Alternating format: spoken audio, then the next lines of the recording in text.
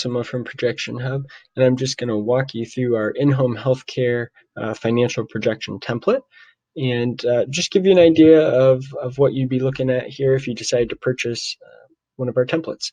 So the first thing you need to know is every one of our templates, all the cells highlighted in blue are assumptions that you're able to change without breaking anything in the model.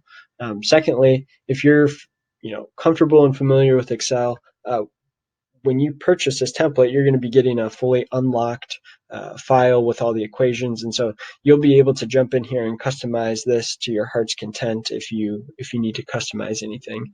But for most of you, I don't think you're going to need to do much customization. I really think what we have here is a pretty solid template for an in-home healthcare business model, and this is really going to work just the way you need it. So let me just kind of walk you through this so you can see what you'd be purchasing.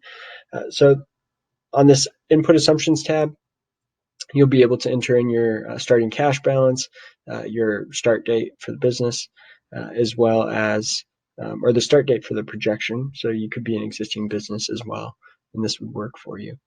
You can add investors, accounts receivable terms, inventory assumptions, and then any fixed assets. So perhaps you might have some company vehicles or something like that. You could enter those fixed assets here. If you had any equipment, you could do that here as well.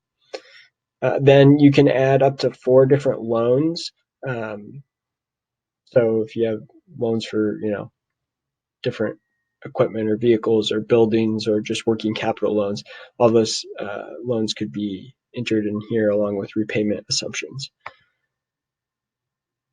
On the input revenue side of things here, we have this idea of a monthly advertising budget and then a cost to acquire a new client or new patient in this case. And so you'll pay some dollar amount to acquire new patients. You also probably get some word of mouth or just organic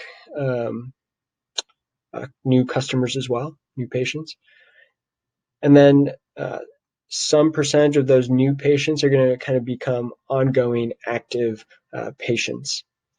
And then some percentage of those patients are, maybe no longer going to need your services for various reasons, and so you'll probably lose some of your patient base each month as well. And so you can enter in that assumption here. Now we get into just our services and pricing. We have some different categories of services and then service types that you can enter. So, are you doing 24-hour care, daily visits, transportation, physical therapy, and whatnot? And you can enter in these different categories. And then an average monthly spend per patient for these different services. And then in this column here, you're going to enter in what percentage of your patient base. So you've got a patient base. What percentage of the total patient base is going to need, transportation services, for example? So maybe 15% of the total patient base needs that service. And you'll be able to enter in all those assumptions, which is ultimately going to end up giving you a total revenue projection down here for the month. We're jumping into cost of goods sold. Those different categories of revenue are going to have different, potentially have different material costs or labor costs as a percentage of revenue. So your biggest cost by far is going to be your labor cost. So there's some difference between what you can charge the patient really per hour of service or per service and what you've got to pay your employees. And so, that's where you're going to enter in your labor cost here. And I would recommend entering it in here as opposed to entering it in as salaried employees. On the operating expense tab here, you can enter in just all of your general operating expenses. This is really flexible. You'll be able to enter in fixed expenses. So, maybe insurance is going to be fixed each month, or rent is going to be fixed each month. But things like credit card processing fees, if some of your customers or patients are paying with credit card, perhaps that would be really a percentage of revenue.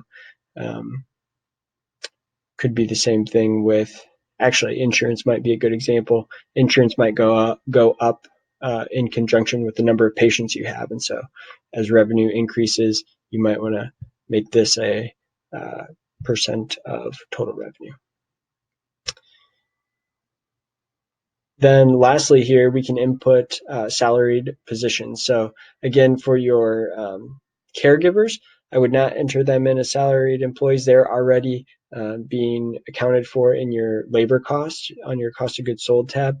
But this would be for any administrators or just salaried positions that are not providing care. Once you enter in all of that, you're going to be able to see your profit and loss at a glance, and different tables and charts. You'll be able to see your income statement, cash flow, and balance sheet for 5 years in a summary chart. And then if you need to, you'll be able to see that on a monthly basis as well for your for the full 5 years. And if you're looking for an SBA loan, they'll typically want monthly projections for each of the 5 years, or actually just the first 18 months. So you'll be able to meet that requirement here as well. So if you have any questions, please feel free to reach out to us at support@projectionhub.com, and we'll be happy to help. Thanks.